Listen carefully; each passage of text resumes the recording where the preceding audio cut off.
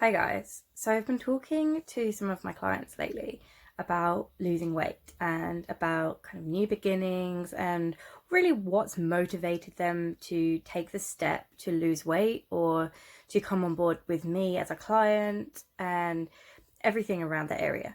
So a story that I've been telling is back from when I think I was about 20 or 21.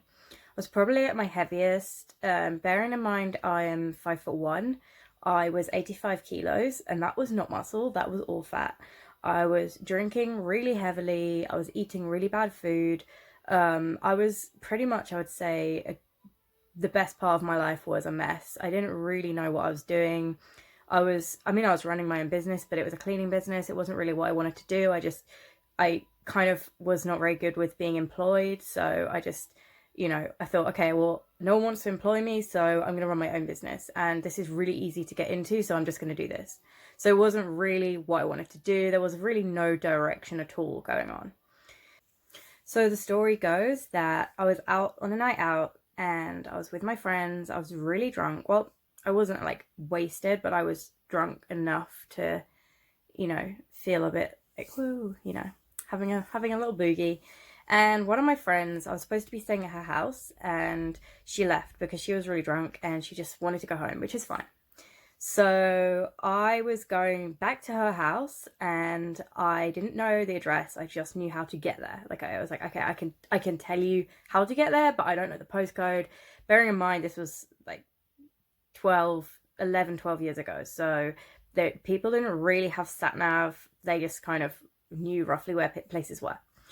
So I was like looking for a taxi. I was like panicking because I didn't know the address and kind of getting worried and, oh God, like I hope I can get back to hers because I don't know where else I'm going to go because, my house was like an hour away.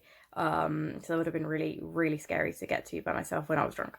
um, anyway, so I get in the taxi and I was like, look, I'm really sorry. I don't know exactly the address, but I know how to get there. And he's like, that's no problem at all. I would never turn down an expecting mother. And I was like, what? And he's like, oh, your baby, you're expecting. And I was like, no, what baby?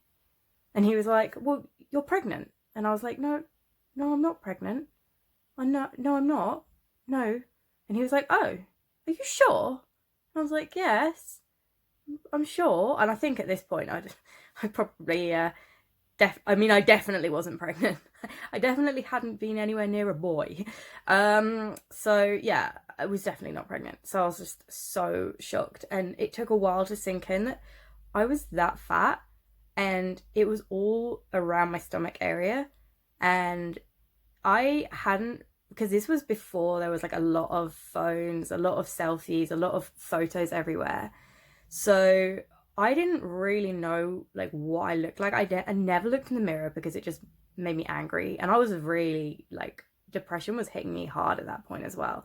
So I was comfort eating. I definitely didn't look in the mirror, and I don't think I had any like concept of how big I had got because I didn't weigh myself back then. I had no reason to, I didn't train. I've never even heard of MMA at this point. So that was the moment that I woke up in the next morning and was like, I have to change my life because this is not okay. And that's when it started. That's when I started to change my life from that moment.